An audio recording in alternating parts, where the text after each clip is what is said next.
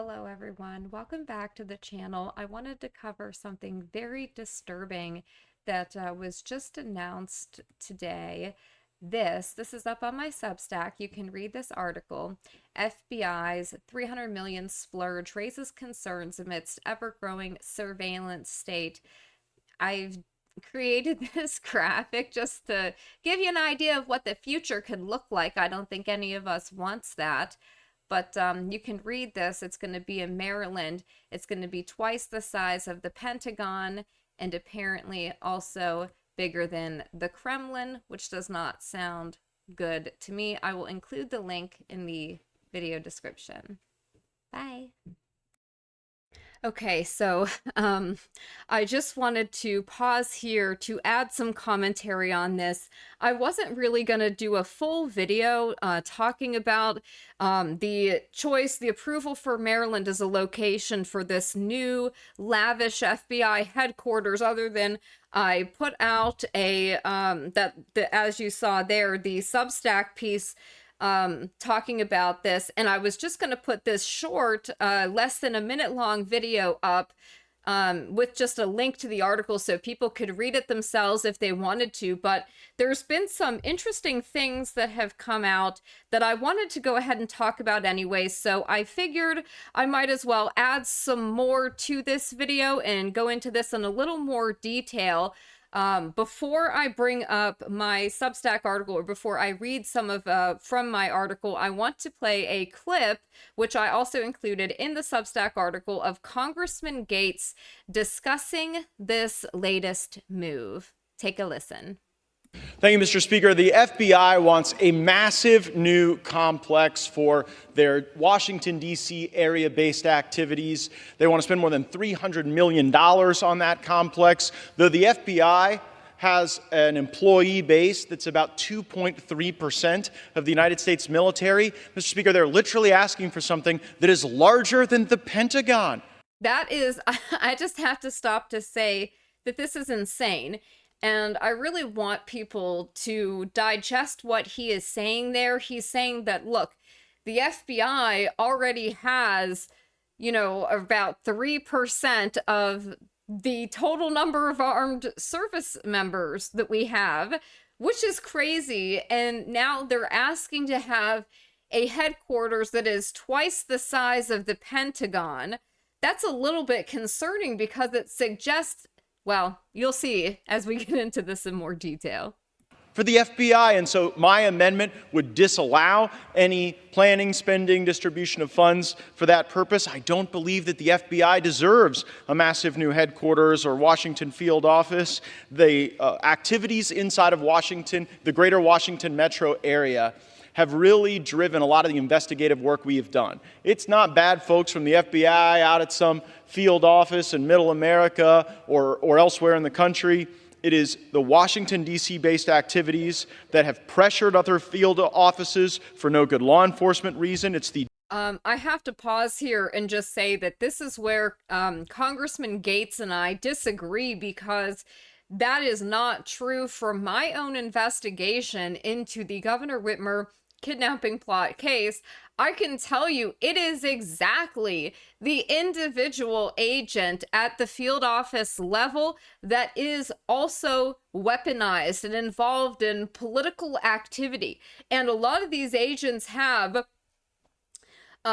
cognitive biases that they themselves are not aware of. A lot of the FBI's training leaves blind spots for threats that they do not discuss, for groups that they claim don't exist and are just an idea.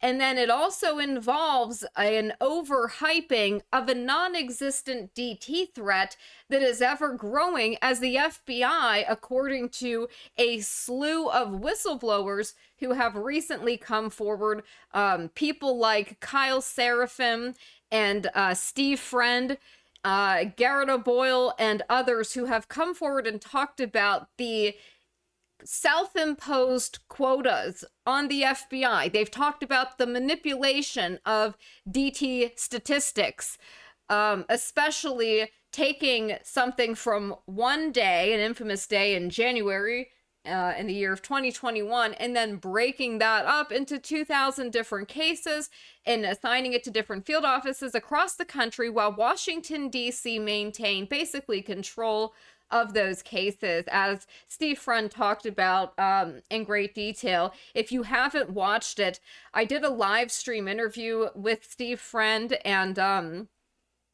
a friend of mine, Joe Neerman, and it's on the lives section of my YouTube channel. If you haven't watched it, I will link it in the video description. I encourage people to please listen to that. He talks about exactly what happened.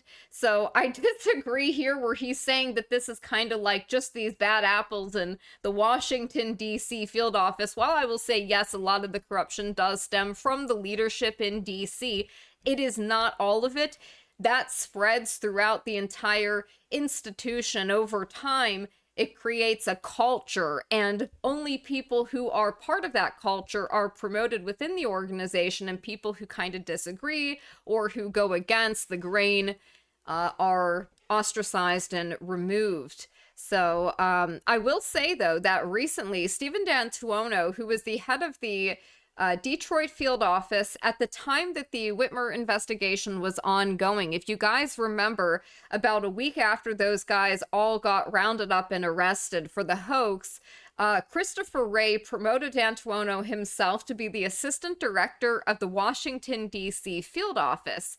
And D'Antuono oversaw it on that infamous day in January. He was also intimately involved in the raid on Mar-a-Lago. He subsequently came forward after retiring, interestingly, right after he had been promoted. He came forward to kind of talk about and quote-unquote blow the whistle on the political nature of the Mar-a-Lago raid, which he himself participated in, but he recently was asked questions about the Whitmer case behind closed doors in a closed door setting, and he claimed that he was not actually aware of a lot of things that happened, and obviously I believe these were self-serving CYA statements, but he does say that the Washington, D.C. was essentially running that investigation. They were overseeing the multiple field offices that were involved and that were coordinating.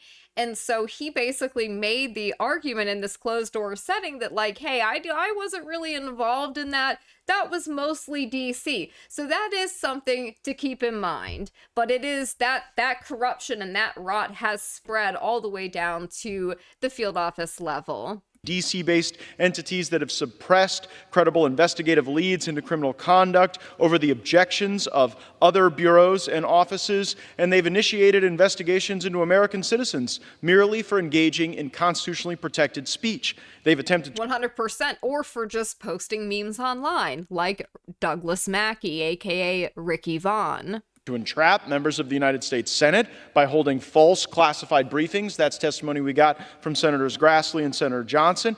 And that's the other thing. Like, they were trying to entrap members of the Senate, as he said, and the House. You know, they would do these fake briefings and things of this nature, or they try to get people, like, unbeknownst to them, they're being interrogated, and if they say something that it turns out to be a lie, or whatever, they can be charged for that. So they do duplicitous things, you know, and this is not anything new. As far as the FBI goes, but it's not just like people like Adam Fox and Barry Croft and the other men that we've been advocating for and that our documentary will show are innocent and were entrapped and framed. They will do, as you see, they'll do it to senators. They'll try to do it to somebody like Donald Trump or Michael Flynn when he was the incoming national security advisor. It doesn't matter. So they'll go after and they'll target anybody. And it's probably because they've always gotten away with it, right? They've also worked hard to censor factual information harmful to their preferred political candidates, notably the Hunter Biden laptop story that the FBI based in the D.C. metro area were involved in cajoling censorship of. Building a new headquarters would condone, reinforce, and enable the Washington field office of the Federal Bureau of Investigation's nefarious behavior. We shouldn't do it, and we should adopt this amendment to ensure that's the case. Yeah, so I do agree with him there that, look, they don't need to have $300 million for this new headquarters in Maryland. I would suggest, though, that a lot of the corruption coming out of the FBI isn't actually being done by the Washington, D.C. field office, because that would be a little too obvious. I would say a lot of their dirty work gets done by the Maryland, by maybe perhaps the Baltimore field office that was also intimately involved in the Whitmer case. So I have some graphics here. These are graphics I basically had generated. It's just, these are dystopian future of like if the FBI keeps expanding and they become twice the size of the Pentagon, like this could be coming soon to a future near you. So I'm going to go ahead and read what I wrote here and we'll talk about it. In a shocking turn of events, the FBI has secured a jaw-dropping $300 million for the construction of a sprawling new headquarters in Maryland, a move that has ignited concerns about the unchecked expansion of government surveillance. From the days of J. Edgar Hoover and his notorious political blackmail files to the present, the FBI has been no stranger, of course, to controversy and intrigue. The shadows of the past loom large, reminding us of a history marked by abuse of power and political maneuvering. Now, as the agency gears up for a headquarters twice the size of the Pentagon and bigger than the Kremlin in Moscow, questions about the extent of government reach and potential abuses of power become more pressing than ever. Our civil rights and freedoms, hard fought and cherished, are at stake in this era of escalating government surveillance. The national security state has grown so vast and pervasive that it feels impossible to escape its all-seeing eye. Whistleblowers, reminiscent of those who dared to challenge Hoover's reign, have come forward, risking everything to expose a culture within the FBI marred by political bias and questionable practices, to say the least. The recent controversies surrounding the FBI, particularly in the wake of the Governor Whitmer kidnapping plot case, underscore the urgency of addressing allegations of entrapment and misconduct. As the agency secures funding and approval for an opulent new headquarters, concerns about the balance between national security and individual liberties intensifies. In the face of this concerning trajectory, citizens are left to wonder if we are unwittingly hurtling toward a dystopian police state. The echoes of history, coupled with the ever-expanding surveillance apparatus, demand a critical evaluation of the FBI's actions. Congressman Gates reports 70 of his fellow Republicans voted to reward an out-of-control and politically weaponized FBI rather than choose instead to investigate them and hold them accountable. Elected officials bear the responsibility of safeguarding the principles upon which our nation was founded. The call to action here is clear: a comprehensive audit of the FBI's surveillance programs, especially the Confidential Human Source Initiative, is essential. It is time for a thorough investigation into allegations of misconduct to ensure our national security does not come at the expense of the very freedoms we hold dear. Now, I want to bring up this article that just came out. I thought was interesting. FBI head cites a potential conflict of interest in the selection process for the new headquarters that we discussed, the approval for the Maryland headquarters. The contentious debate over a new FBI headquarters is intensifying. The contentious debate over a new headquarters intensified further Thursday as Director Wray said he was concerned about a quote-unquote potential conflict of interest in the site selection, and the White House defended the process as quote-unquote fair and transparent.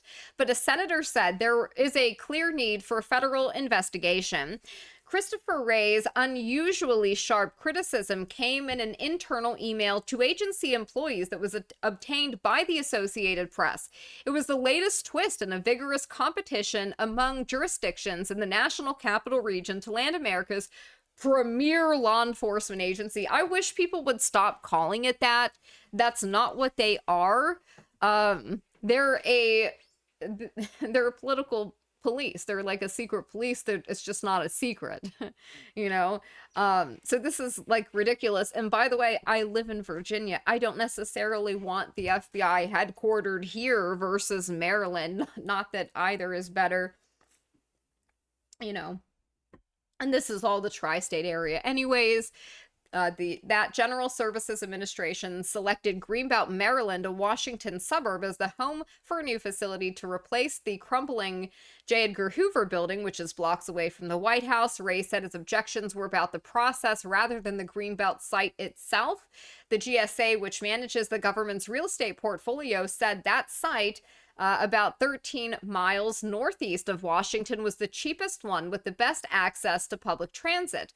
But Ray asserted in his note that the choice came after a GSA executive overruled a board and picked land owned by a former employer. Oh, so you mean it's like Washington doing what Washington always does? Like, this is par for the course for these people. It is always pay for play. It's always rewarding their friends. And this is literally like how it works. Democratic Senator Mark Warner of Virginia, which also vied for the project, urged an investigation. Yeah, I wonder why. Quote, I had felt that this had been grossly political with efforts to try to change the criteria, but I was astounded when we found out that 3 career officials unanimously picked Virginia and a political appointee overturned it. Clearly, there needs to be an inspector general investigation, he said. In a joint statement, Virginia's elected leaders called for the determination to be reversed, asserting their state site remains the best choice under, quote, any fair weighing of the criteria. Like, in nowhere in this conversation is anybody saying, well, wait a second, why can't we just repair the J. Edgar Hoover building if it's like dilapidated? Or, okay, if we're gonna move it to a new site, why do we have to make it twice the size of the Pentagon and bigger than the Kremlin? Like, nobody's asking those questions. How about you downsize it? When you give them the new headquarters, it comes with strings attached, and those strings are defunding the CHS program, massively cutting the FBI, getting rid of the FBI DHS fusion centers that are all across the country. There's, 72 of them? We already have state, local law enforcement. Why do we need to have it's ridiculous, and we all know that nothing good comes from it. So anyways, GSA Administrator Robin Carnahan stood behind the agency's work, saying officials followed laws and ethical considerations. White House Principal Deputy Press Secretary Olivia Dalton also defended the process. She did not comment on whether Biden had any direct involvement in the final site decision. I'd be interested to hear that. Quote, I can tell you it was a fair and transparent process, Dalton told reporters on Air Force One as Biden traveled to Illinois Thursday. Quote, the 61 acres in Greenbelt is both the lowest cost to taxpayers, most transportation option for FBI workers, and we had the most assurances about the expeditious means with which a project could get underway. What does that even mean? The expeditious means with which a project could get underway. Like, what kind of project? Very strange. Anyways, Maryland and Virginia have long been vying to land the FBI, and officials in Virginia, which is home to the FBI Academy, Quantico, criticized the government's decision. Congress last year directed the administration to consider 3 sites for the new headquarters, Greenbelt and Landover in Maryland, or in Springfield, Virginia.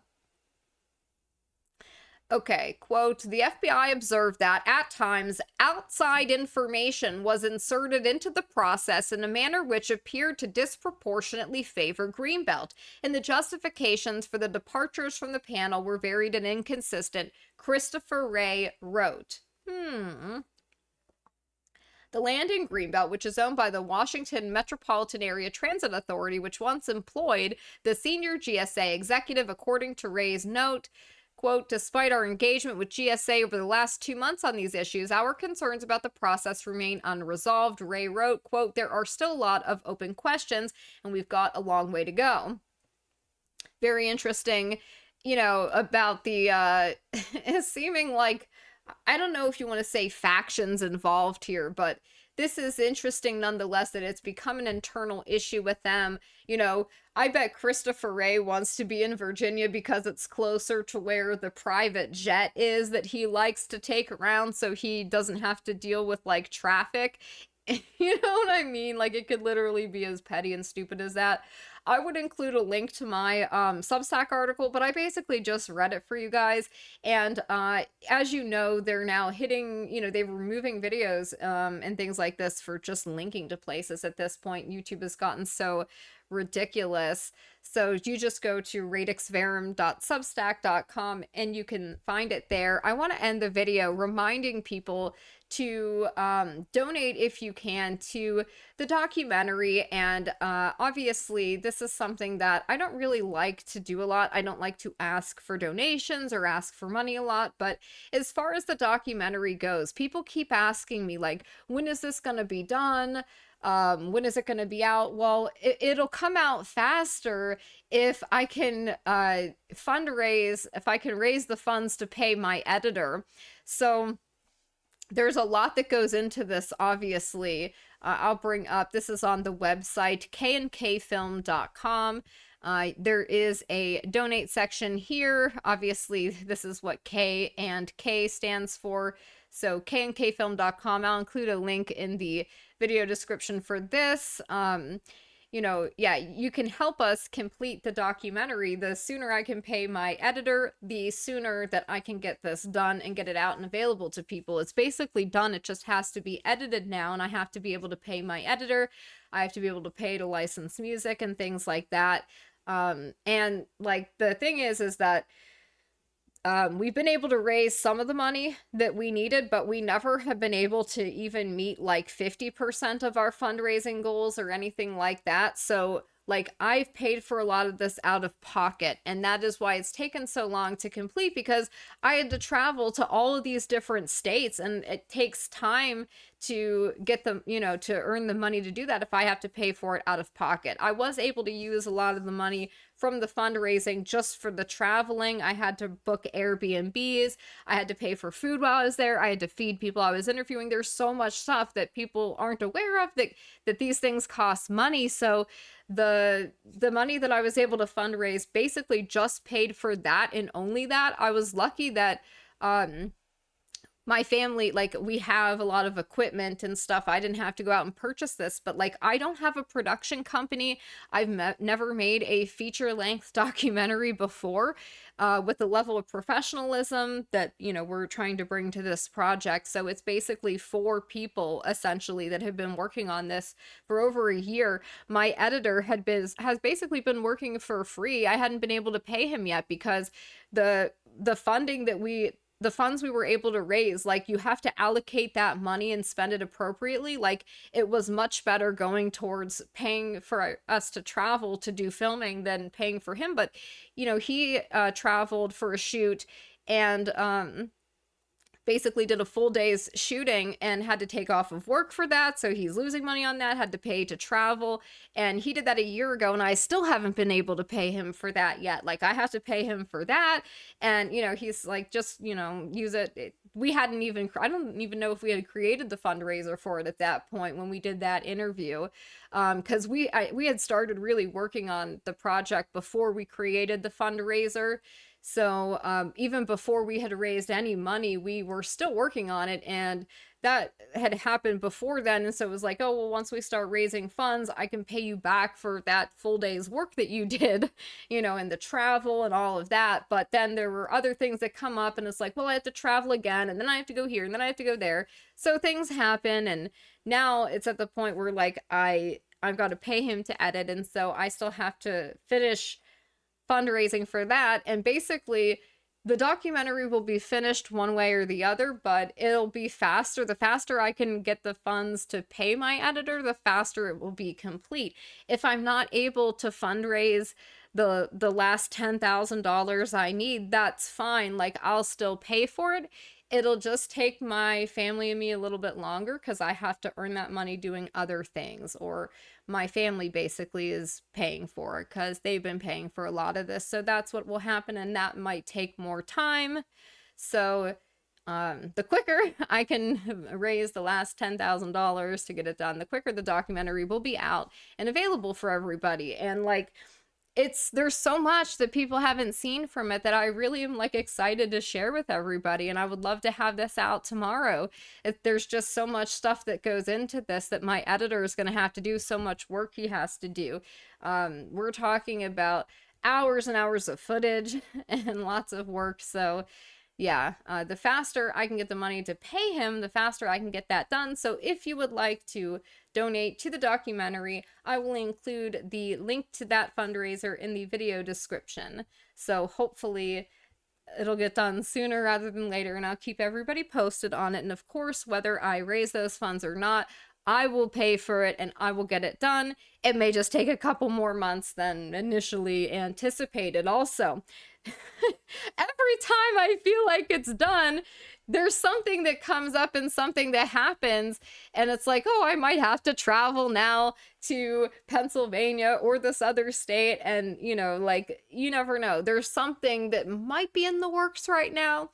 We don't I can't say more. I can't say more about it. All I can say is that um there may be one more thing I have to travel for, but other than that, it's basically done. It just has to be edited and put together. And so, yes, this is the sooner I can raise the last $10,000 I need, then the quicker I can get it out to people. And yes, that is what it costs to do a documentary. It costs a lot of money to do these things, especially when there's only 4 people basically doing it, and everybody is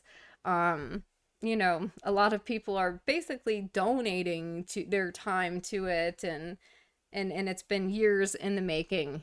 This is not, like I said, a production company that has professional funding or anything like that. Like, we're doing everything on our own, very bare bones. And so yeah, it just takes time to finish, but I'm very excited to, like, I want to get it out. I want to share with everybody. I want everybody to see like what they haven't seen yet that I've been sitting on. I just want to get it done and get it out to everybody. It's so exciting, and I can't wait for people to see it and share it and all of that. So anyways, yes, if you would like to donate to that, I will include the link to that in the video description. And that's it. I appreciate it. Bye.